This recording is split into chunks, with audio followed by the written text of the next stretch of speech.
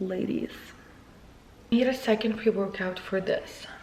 Bouncing back after having a child.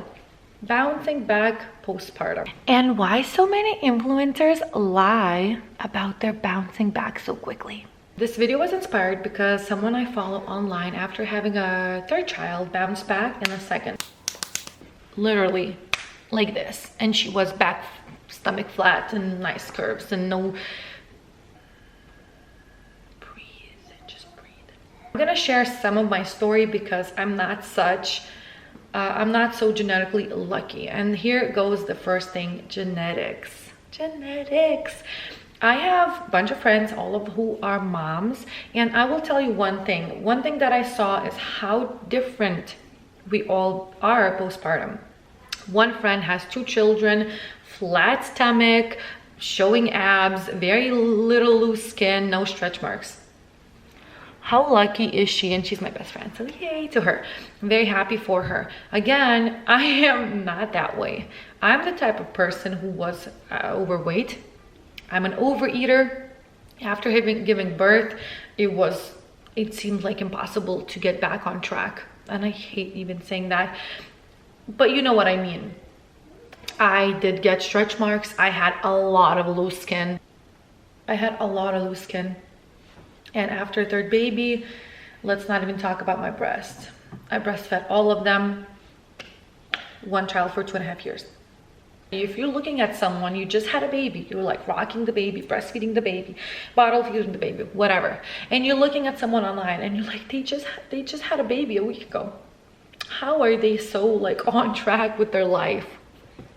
And this is the one thing, genetics. If that girl that you're watching has genetically, naturally, without even trying, a slim waist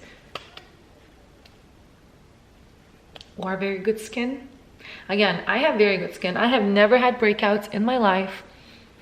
I'm not bragging, but I know that a lot of people have trouble with breakouts overall. Never had that problem in my life. So my skin is great. I gave natural birth to 3 children without tearing. One child was 10 pounds. He got stuck and I still did not tear. My nurse, my midwife said I had the best skin. My skin was very flexible and whatnot. Having the first baby, I didn't have stretch marks. Second baby gave me stretch marks. Third baby gave me a lot of stretch marks. That's genetics for you. Let's jump into Photoshop. The girl that I saw actually doesn't even look like that right now. Let's not jump to conclusions here. Let's not be hateful.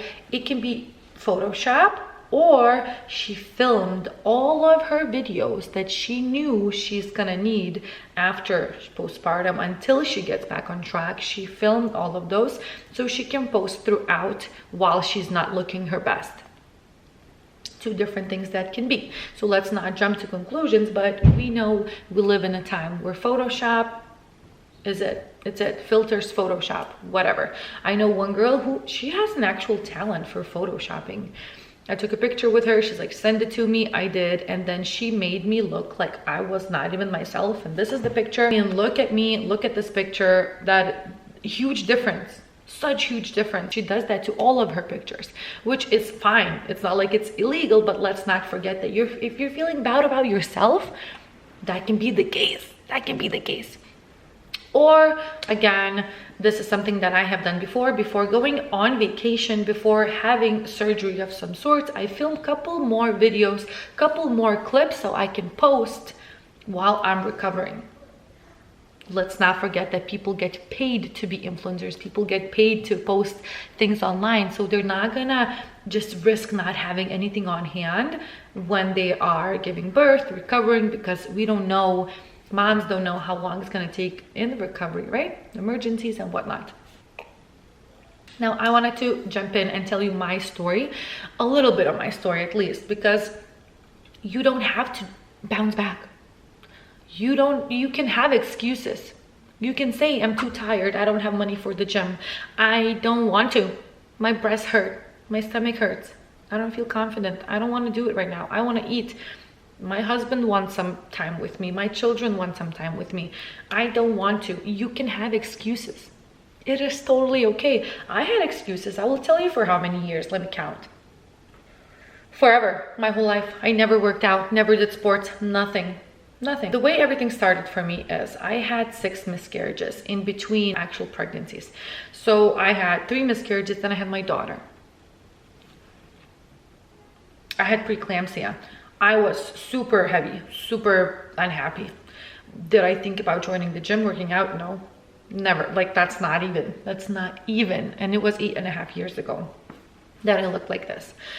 After my daughter, I had 2 more miscarriages, and then I had my son. With my son, I was the heaviest. After my son though, I had very huge depression, and so I dropped the weight. If I can find pictures, I will share with you, of course. I dropped my weight very unhealthily though. I was drinking, I was smoking, I was partying, so not doing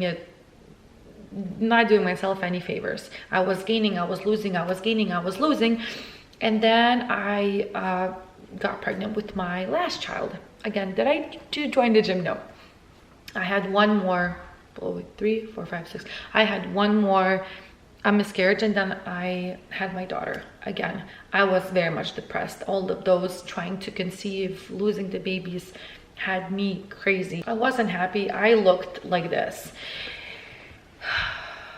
Now, when I tell you, you will be ready when you will be ready. Over these 9 years, did someone try to talk me into going to the gym? Yes. Did someone try to talk me into changing something with my life to be happier? Yes. Did someone try to help me? Yes. Did someone try to push me? Yes. Go for a walk, go for a run, go to the gym, buy some weights, do something, go to sports. Something. I didn't want to do anything. So you have the right to say, I don't want to, I'm not ready. But someday you will be like, it's like a flip. At least it was for me. Of course, everyone is totally different. This is the one thing that happened for me. I had my last child. I'm sitting at home, and I remember it like it was yesterday. So it was 4 years ago. I'm in my bathroom. I'm in my nightgown, and I remember checking to see my stomach, because again, genetics. I genetically store my fat all in my midsection. My legs have always been pretty by the standards of, like, I don't really store fat on my legs, under one of my glutes though. So lucky me, lucky genetics, thank you so much. Anyway, so I kind of lift up my nightgown and I see my stomach, my love handles, my back fat, my back rolls. And I think to myself, that's it. No more. This is not what I want to look like when I take off my nightgown. Again, thinking at the moment that for my husband, for myself, I wanted to be skinny. And that's how it started. It was like a flip. Like I saw myself naked all the time. But that day, at that moment, in those clothes, I was like, I'm done. I am done. No more. I cannot be this way. I cannot look this way. Again, all of my life, not feeling confident, not feeling comfortable, never fitting into the clothes that I wanted to have, always in the pictures being the fattest. Never until this point have I wanted to join a workout class, do anything, workout, fitness, anything.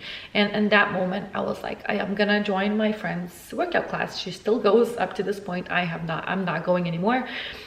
But I called her and I'm like, I'm gonna go with you. I'm gonna try. And let me tell you, I have 3 kids that don't have a nanny and don't go to daycare. I went with all 3 of my kids to that workout class. They would sit right next to me and I would do the class. It was sort of like Pilates, lightweight, booty band workouts. And I couldn't do any of those. I was so weak when I started, and I remember looking at my friend who's been going for years and I'm like, oh my God, like one day.